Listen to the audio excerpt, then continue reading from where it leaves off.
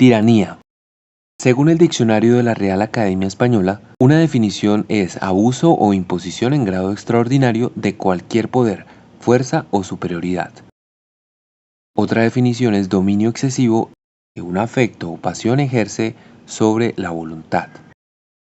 En otras definiciones, la tiranía es una forma de gobierno cuyo origen lo encontramos en la antigua Grecia, siendo muy común entre los siglos 7 y 5 a.C. Como tal, fue estudiado y desarrollado teóricamente por los filósofos griegos Platón y Aristóteles. Por ello se encuadra dentro de una tipología antigua, podríamos decir que descatalogada, ya que con el devenir de la historia y la complejidad que han ido adquiriendo las sociedades, la tipología se clasifica a los diversos regímenes, tanto democráticos como autocráticos. Ha cambiado mucho. Como consecuencia, tiranía se ha convertido más en un adjetivo que en un tipo de gobierno, ya que la tiranía era ejercida por solo una persona y de una forma despótica, no democrática y sin la búsqueda del bien común. Se suele atribuir el término a regímenes que cumplen estas características, como por ejemplo el de la Unión Soviética. Esta estaba clasificada por un régimen totalitario debido a muchos elementos que dan sentido a ese término. Soy Andrés Trujillo y les doy la bienvenida a este podcast, Idi Amin, del dominio sangriento a la inminente huida.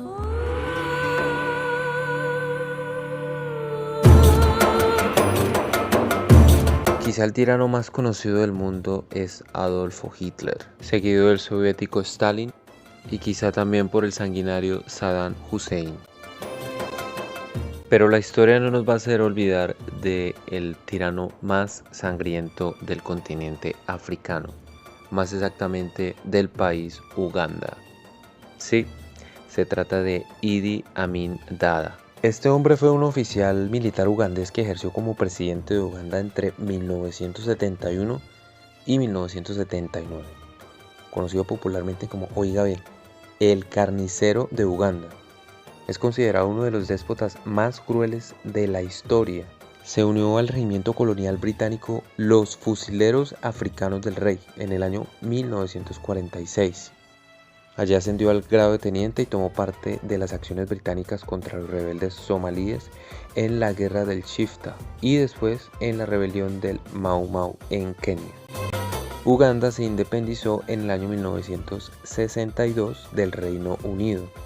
Allí Amin continuó en las Fuerzas Armadas y ascendió a mayor antes de ser nombrado el comandante del ejército en 1965.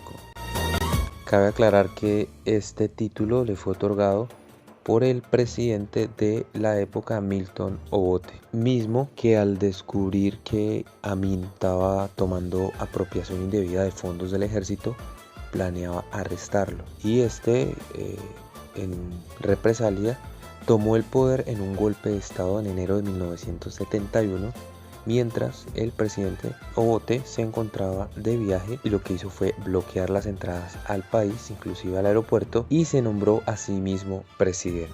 Uno de los objetivos de los políticos, y si no es el principal, es mantener las masas de su lado, pero el de un tirano, además de es tener la gente con miedo, así ellos la pueden controlar. En una entrevista, Amin declaraba que la dureza es buena porque la gente lo puede respetar. Amin, en el inicio de su gobierno en Uganda, se puede decir que tituló de militares a la gente de su etnia aún sin estudios y sin la experiencia en ello. Es decir, acudió a la argumentación, por ejemplo, ya que se basaba en la premisa de que él, por pertenecer a esa etnia y por ser capaz de luchar una guerra desde los años 40 en Reino Unido, podría hacer que sus coterráneos hicieran la misma lucha, pero en su país. Pero las intenciones de uniformar y dar armamento a personas inexpertas por parte de Amin iban más allá de sentir una simple empatía por personas que pertenecían a su etnia al darles trabajo en el ejército. La finalidad de estas intenciones por parte de Amin eran acabar a los soldados que pertenecían al gobierno anterior del presidente Obote. De esta manera hubo derramamiento en los cuarteles del ejército en todo Uganda. Se dice que en el primer año de dictadura, Amin ordenó más de 10.000 muertes entre civiles y militares.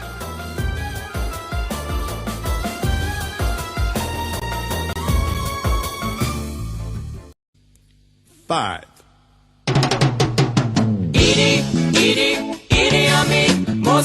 crazy man there's ever been. He the general, the president, the king of the scene. Idi Amin. Look at the history and packed with men. What rising to the top and getting chopped again. No one fathoming the secret of the whole damn thing. You gotta give the population something to sing. Uno de los argumentos quizá no verbales que demostró Amin y que lo llevó a ganarse el respeto y admiración de sus compatriotas, inclusive de la prensa, fue el argumento por analogía. Tanto así que la prensa lo llamaba Big Daddy, es decir, el gran padre, y otros lo llamaban el gigante amable. Como en toda relación hay momentos buenos y momentos no tan buenos. Y como en toda relación hay momentos buenos y hay momentos que no lo son. Y este dictador estaba pasando por el segundo, pues después de tantas muertes ordenadas por él en ese primer año de mandato, muertes que ya no podía ocultar de la cantidad tan exorbitante, pues su amor, la gente, comenzaba a sentir desconfianza e inseguridad. Y es ahí donde un tirano tiene que sacar una de sus cartas. ¡Tarán!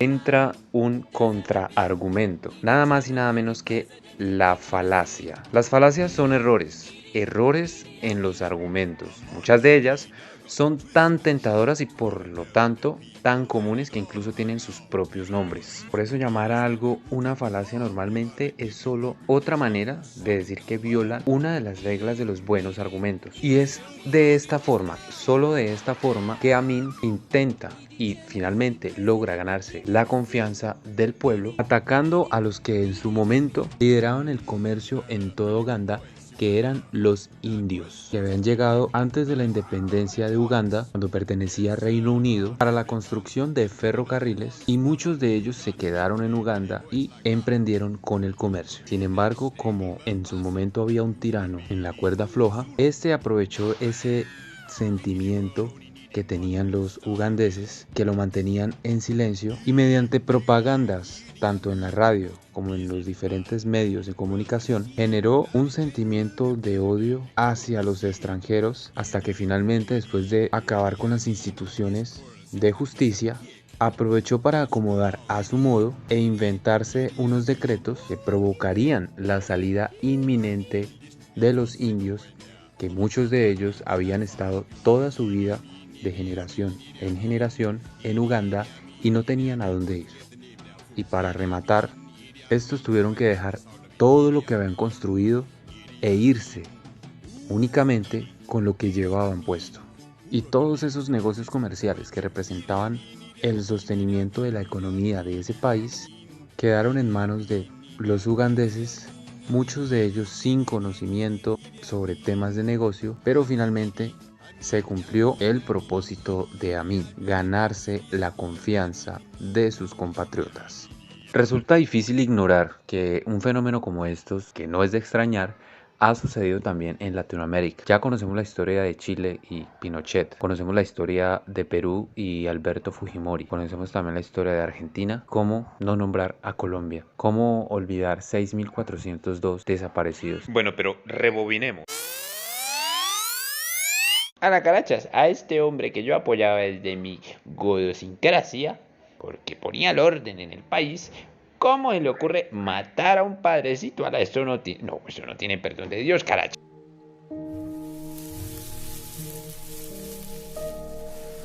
Y sí, la gota que rebosó la copa fue el asesinato del sacerdote Yanani Luwum, arzobispo de Uganda, una figura muy reconocida y querida no solamente en Uganda sino en África en general, pues este criticó la violencia que se estaba generando allí a manos y por la autoría de la dictadura de Amin, lo que generó una amenaza para esta dictadura a tal punto de que Amin lo acosara de esconder armas para atacarlo. Finalmente Amin lo asesina con sus propias manos.